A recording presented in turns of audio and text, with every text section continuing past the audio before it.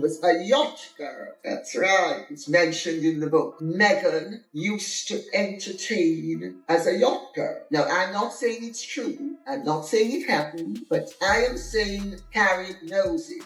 They say every fairy tale begins with once upon a time. But Meghan Markle's version, it starts with once upon a lie. There is absolutely zero doubt in my mind. Rachel Meghan Markle was a semi-expensive yacht girl, and she knows it. Before she became the Duchess of Drama, she was just another actress navigating Hollywood's rejection letters and high society guest lists until she realized the real red carpet wasn't in Los Angeles. It was sailing somewhere across the Mediterranean. Many of you have seen this picture already. You see that there's Meghan with her Cajuna hat? Yes, while most actresses were fighting for roles, Meghan was networking with billionaires on luxury yachts where the champagne never stopped flowing and cameras were strictly forbidden. Meghan Markle did know Prince Andrew, and she knew Sarah incredibly well, which makes Zara a liar because she said, I didn't know Meghan Markle until she invited me to her wedding. That is BS. And now, the ghosts of those glittering yacht days have returned, dragging her royal reputation straight into the storm. Because when Sarah Ferguson casually dropped the bomb, calling Meghan Andrews' first client, jaws hit the palace floor faster than the royal approval ratings. And I wonder if Prince Andrew's going to come out and say, hey, Harry, I did your wife quite a few times on yachts before you got her. It wasn't just shade, it was an explosion, linking Meghan's glamorous past to the darkest corners of Prince Andrew's scandal-soaked circle. And poor Harry, rebel prince who traded his crown for California Sunshine, has just discovered that the love story he risked it all for may have sailed through waters far murkier than he ever imagined. So grab your teacup, because tonight's brew is royal grade hot. This isn't just a scandal, it's a storm. And when the truth finally docks, someone's crown won't survive the tide. You're going to be shocked to find out who is Fergie's target and what she's willing to disclose and how far she will go just to get revenge with Meghan. The silence inside the palace didn't last long. Within hours, whispers erupted into a headline storm. Fergie drops bombshell about Meghan's past. According to royal insiders, the Duchess of York wasn't speaking off the cuff. She knew exactly what she was doing. Her remark about Meghan being Andrew's first client wasn't a slip. It was a calculated spark, tossed straight into the royal powder keg. Behind those marble gates, panic spread fast. Senior aides were reportedly holding emergency meetings, desperate to contain what they feared could turn into another Andrew-level disaster. Because this time, the name tangled in the whispers wasn't an aging ducat, was Meghan Markle, the woman who once vowed to modernize the monarchy and instead became its most polarizing figure. Fergie has nothing to lose. Fergie wants to scorch the earth with the royal family now that she's no longer able to use the title. That is a cautionary tale for Harry, the idiot, who doesn't understand that he's married to the enemy. He's sleeping with the enemy. Sources close to the family describe an undercurrent of disbelief, not just at Fergie's audacity, but at what her words might truly imply. The idea that Meghan's early networking days, those mysterious yacht summers surrounded by power brokers and discreet billionaires, could overlap with Andrew's inner circle sent shockwaves through Buckingham Palace. And the most alarming part, none of this came from tabloids or gossip columns, it came from inside the royal family itself. As one insider put it, when someone like Fergie speaks, she's not gossiping, she's warning. Now the palace faces an impossible dilemma: defend Meghan and risk reigniting Andrew's scandals, or stay silent and let the rumors fester. But behind those closed doors, something far more dangerous is brewing. Because this isn't just about what Fergie said, it's about why she said it. And that motive might expose a royal rivalry no one ever saw coming. So the question remains, why did Sarah Ferguson choose now to unleash this royal grenade? Because Meghan thinks that she's above them. Now that Fergie's down, now she doesn't want to have anything to do with Fergie. But you don't do that with people who knows your secrets, people who know your skanky past. And Fergie's ready to tell on Meghan Markle. She's ready to destroy her. She's ready to put it out there. According to palace insiders, Fergie's timing wasn't random, it was strategic. The royal machine has been quietly recalibrating ever since Meghan and Harry's explosive exit. And Fergie, ever the survivor, saw an opening to remind everyone that she still knows how to control the narrative. For years, she lived under the shadow of scandal, ostracized, humiliated, and written off by the very institution she once called family. But Meghan's rise to fame within royal circles reignited something in her, the urge to reclaim her relevance, even if it meant striking a match under the monarchy's fragile peace. One former royal aide put it bluntly: this wasn't revenge, it was retaliation. Fergie had long watched Meghan dominate headlines, charm Hollywood, and manipulate the media with precision. Some claimed she believed Meghan had stolen her playbook, the outsider turned royal narrative, and rewritten it for global fame. Now, by linking Meghan to Andrew's scandal-tainted world, Fergie was dragging her rival down to the same level she herself had once been reduced to. But there's another theory, darker and far more calculated. By mentioning Meghan in the same breath as Andrew, Fergie may have been diverting public scrutiny away from herself and her a royal sleight of hand, as some call it, sacrificing one image to save another. Either way, the move worked. Also, allegedly, Tom Inskip, his friend, warned Harry because Tom Inskip had hired yacht girls a few years back, and one of them yacht girls was Rachel Meghan Markle. This is why Meghan didn't invite Harry's best friend to the wedding, because he knew her, if you know what I mean. He knew her. Overnight, the headlines shifted course, and while Meghan's team scrambled to contain the fallout, Fergie sat back and watched as the chaos she'd unleashed began rewriting royal history one headline at a time. But the deeper question remains, was this personal payback or a palace power play? When the story broke, Prince Harry's world reportedly shattered overnight. Sources close to Montecito say he was stunned into silence as the yacht allegations resurfaced, blindsided that something from Meghan's past could be twisted into royal ammunition. Friends claim his first reaction wasn't anger, but disbelief. Yet once the magnitude sank in, fury followed. Behind closed doors, the atmosphere grew tense. Meghan, usually calm and composed, was said to be pacing the room, insisting the stories were nothing more than character assassination. Harry, however, demanded answers, not from Meghan, but from the people spreading the story. Who's behind this? He allegedly snapped, his voice sharp, his patience gone. Meanwhile, across the Atlantic, the palace remained eerily silent.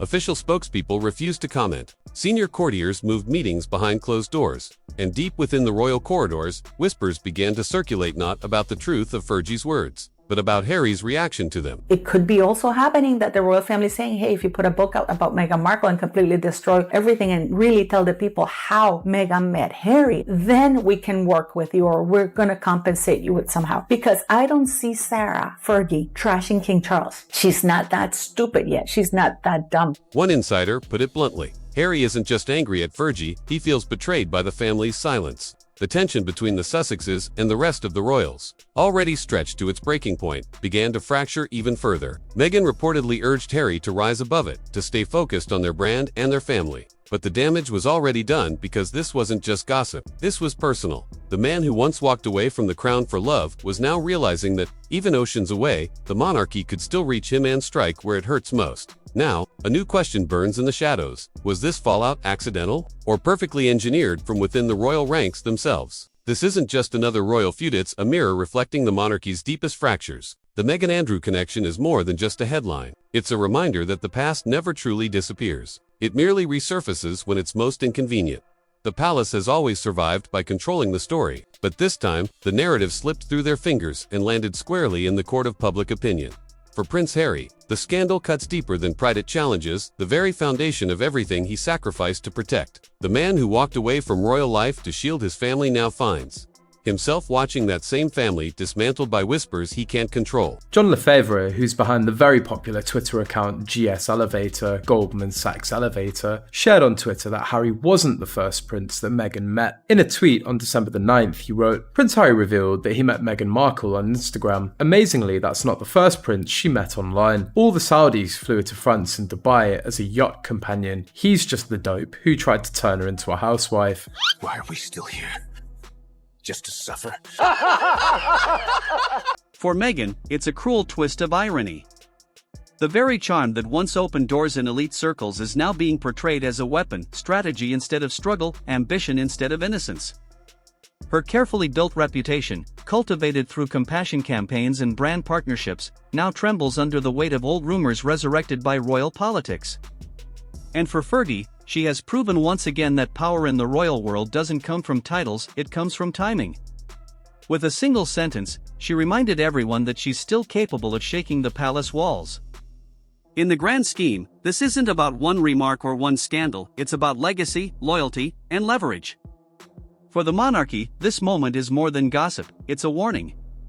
For the Sussexes, it's proof that no matter how far they run, the shadow of the crown will always find them.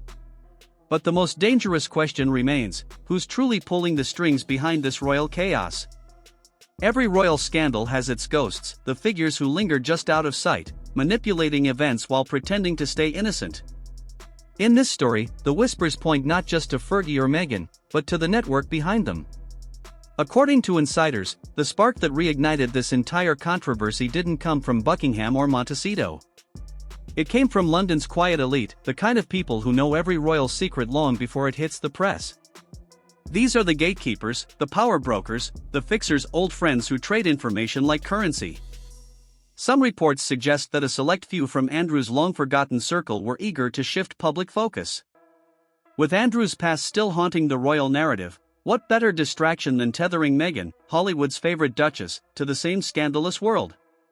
The author further said on Twitter, the Duchess of Sussex is controlled by the same forces that control Jeffrey Epstein. I do believe he's just as much of an idiot as Prince Harry is. And Sarah Ferguson is as cunning and as deviant and as skanky as Meghan Markle. She just was lucky that when she was doing all her skankiness, the internet was not around. But here's the twist. Those same sources claim the leak was tested first, circulated privately among a select handful of editors before Ferguson's comment ever went public.